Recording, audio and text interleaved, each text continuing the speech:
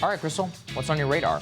Well, ever since claiming a fake victory in a corrupt caucus, Pete has been surging and seizing the media narrative. Fawning appraisals of his appeal were written, and hashtag white Obama trended on Twitter. Given that he seems to be winning the Goldman Sachs primary, it may well be an appropriate moniker. In poll after poll of New Hampshire, Pete climbed and climbed, jumping up 7 points or 9 points or 12 points. He's basing his closing pitch right now in New Hampshire on a theme of unity, arguing that he is the candidate that can bring the party together. And in fairness, he has done an admirable job of unifying affluent white people with Silicon Valley billionaires and Wall Street financiers. Way to go. Something tells me, though, that this part of the party may be harder to bring on board. Our one chance to defeat Donald Trump. And there's an American majority that is unified not just in who we are against, but in what we are for. Because we are for higher wages and the empowerment of workers. We are for honoring our troops by putting an end to endless war. Now, for me personally, I think that unity is overrated. I would be happy for Pete's billionaires to all exit the party in a huff. Sagar can have them. All I care about is winning and delivering for the working class. Pete is not going to do the first and is not interested in doing the second. In fact, his high hopes got a big reality check yesterday because while it's true that in the very white state of New Hampshire, Pete is doing quite well, poised to take second, possibly even first tonight, yesterday, we got our first look at the post-Iowa national picture, and it is a grim situation for our friend Peter. Here's a national Quinnipiac poll. Has Sanders leading. He is up 4 points from their last poll and is now in first place for the first time. As Sagar is covering, Bloomberg has jumped way up into third place. Pete, on the other hand, he's hanging out in that strong fifth position. Digging into the crosstabs will provide him no comfort, while Bloomberg and Bertie have both cut quite a bit into Biden's strength with African Americans. Buttigieg is still way down at only 4% of the vote. Well, I guess at least that's better than Amy Klobuchar, who is at 0% with black voters right now. Weird how MSNBC panels don't incessantly harp on her lack of diverse support in the way that they still do with Bernie Sanders, even though he demonstrably has the most diverse coalition of every candidate. Now in California, Pete is slightly better positioned in third place behind both Sanders and Warren, but he is pretty far back. Pete's at 14% and Bernie more than doubles him at 29%. Notably, that puts him just below the threshold to claim any delegates in the state. And therein lies the big problem for Pete. He was uniquely poised to perform well in the two early states, but he doesn't have much gas, if any, from there. His theory has always been that, like Obama, an Iowa win would fundamentally shift the dynamics of the race. And the truth is, the Iowa results, with Pete outperforming and just behind Bernie in vote totals, have fundamentally shifted the race. Shifted it in favor of Bernie and Bloomberg. Not so much Pete.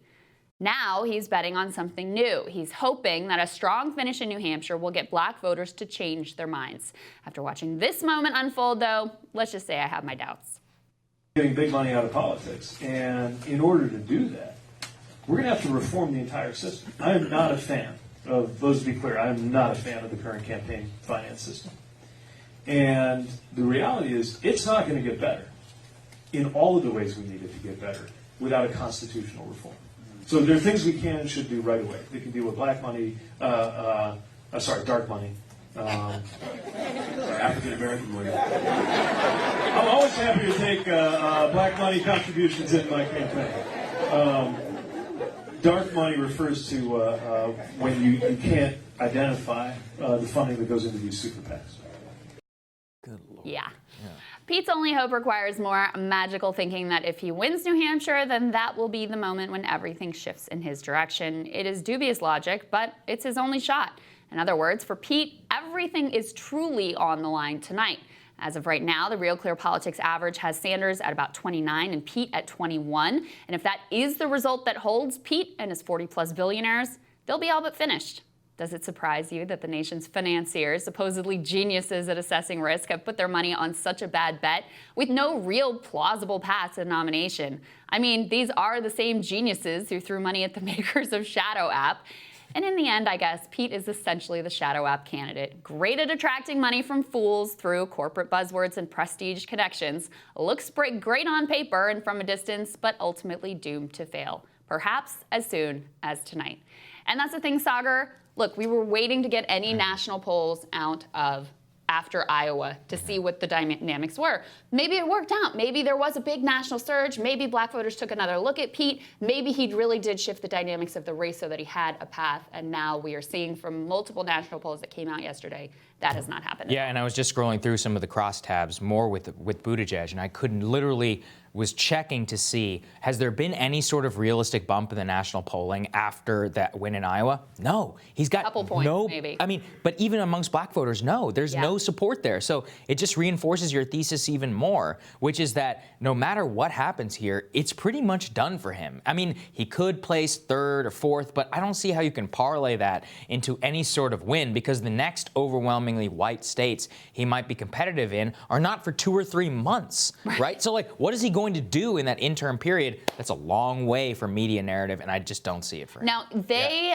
think that they can make a play in Nevada if he wins New Hampshire. But I think it's very, very challenging because there is a large Latino population. It's a very working class state, which has been not a source of strength for him. So I think it's challenging. That's probably his best bet of the states that are coming up in the near future. But even if he wins tonight, I just don't see the path that doesn't require like magical thinking. No, it is a magical thinking. They went all in on Iowa. Ryan Grimm has done some good reporting on this. They hoped that if they could show that Iowa win, then the Goldman money and all that stuff would start flowing, which it is. That part worked out. CNBC reported that a lot of Wall Street people who were on the fence have all started backing Pete Buttigieg because they showed he could win and that he might be electable. So the strategy worked. He's going to be awash in cash. That's another thing to remember, which is that even if he is not doing well, he still is going to have so much money that he could bleed for 5% of the vote for quite a long time. It's actually... And guess who that's good for?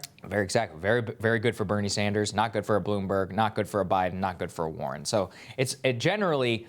As long as Sanders can keep these people in the race, his greatest fear, I think, is probably if Buttigieg, Warren, and drop out by like Florida. Right. Because then a lot of votes can start to coalesce. Head-to-head is tougher for Bernie. But if Amy has a great night tonight, like she's looking like she's surging, and she hangs in there, and Pete hangs in there, and Biden's going to hang in there. I mean, if you're dividing the vote in that way, it looks so much like 2016 on the Republican side. Yeah, it really does. So interesting.